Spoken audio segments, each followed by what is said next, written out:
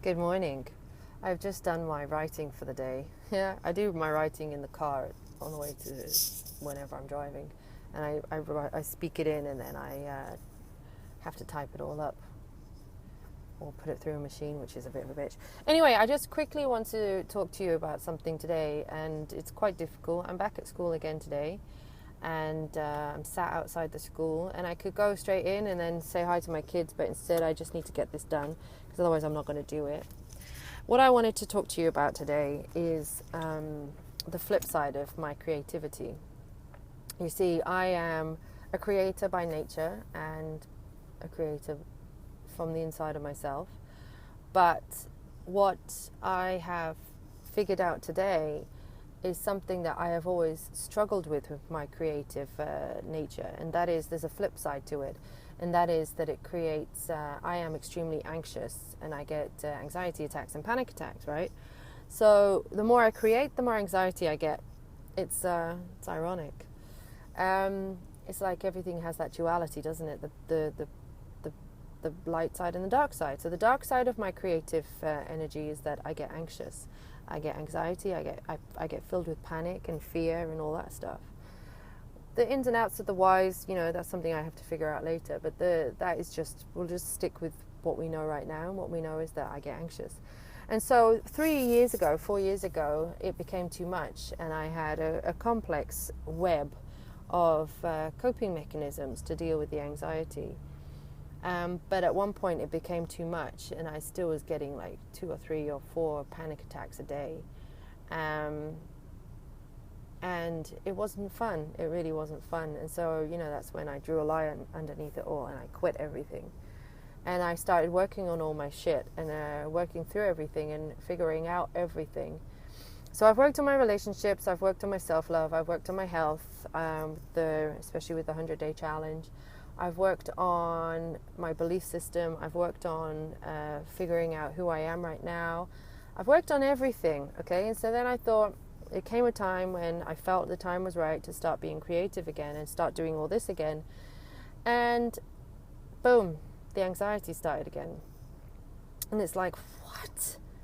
And so one of my old coping mechanisms came back again. And I'm going to be really honest with you because I'm pretty sure my honesty will inspire you and motivate you to get help yourself, is that I started drinking again. And there's nothing more numbing and anxiety helping than a glass of a red wine or 3. And it was just like, this is starting again? I thought we dealt with all of this. And it just made me realize that, I could judge myself, I could get really upset about it, and I could fall into a pit of despair like I used to, and start feeling and thinking all bad things about myself. But instead I'm just accepting that I have the anxiety. It's never going to go away, no matter how much I worked on it, how much I dealt with, how confident I am, because I'm extremely confident as a person. That's not the issue. The fact is, the more I create, the more I get filled with anxiety and fear. And so I need to find something. I need to start trying out different things, which can be as hard-hitting, as immediately effective as a glass of or 3 of red wine. So, but without the intoxication, because I just realized I'm just tired of the intoxicating effect of it, but I like the numbing effect of it. I like how it numbs my nerves and it numbs my anxiety and my fear, right? And then the next day I can deal with it. I can start working through my fear and facing it and writing about it and working through it, right? So it's not as if I'm just pushing it down into the depths of my heels of my soul. That's not it. It's just that I'm taking away the panic that happens at that moment. And so I still need to work on a lot of stuff. So I'm still working on it, but I'm hoping that my honesty in this moment is, yeah, you can judge me, go right ahead. I really can deal with that. But I'm hoping that it will help you and realize you're not alone. That anxiety is something that happens to creative people. Some of the most creative souls on this planet who are creating amazing things deal with panic attacks every time they perform or create, or every time there are a lot of painters who throw their paintings away because they just can't deal with it. They just get super anxious and fearful about it all. So it's just part of the game, I guess. There's a flip side to everything. It's not all like they show you in films, where they show you this amazingly creative person like Churchill, great leader, battled depression on a daily basis, and the only way he could deal with it was laying two rows of bricks and writing 2,000 words a day. Otherwise he fell into a pit of depression. So it's just the flip side of it all, how to cope. But I quite honestly would rather find a different way than intoxicating my body. I really don't want to do it through changing my biological makeup. So I don't really want my body to have to be the one to deal with it. I really think it would be best to find other ways of dealing with it.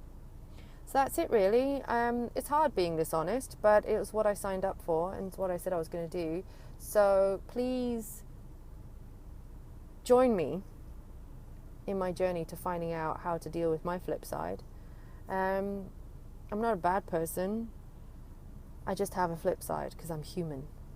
I am a human being, and we have the two sides to us. That we are duality. We have the positive side and the dark side, and the negative side. We have the light and the darkness. And my light is the creation. My dark is the fear and the anxiety. And I've always had to deal with it, and I realized that from a very young age.